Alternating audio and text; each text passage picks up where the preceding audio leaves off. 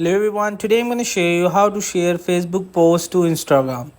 So first of all, open your Facebook application on your mobile device and just tap on the right bottom corner option menu. Just go to the settings and privacy as well.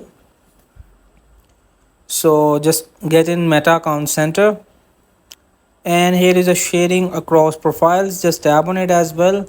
Just tap on it to get started.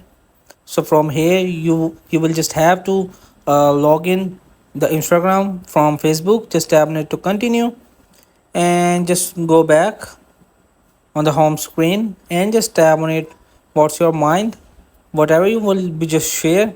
Simply before share the post, you will just tap on this Instagram icon, make it turn it on. That will says that again you will just allows the app and website to share information about you. Simply just tap on it, and after continuing you will be able to share Facebook posts to Instagram also. So hope this video help you. Please don't forget to like and subscribe and get notified for more videos.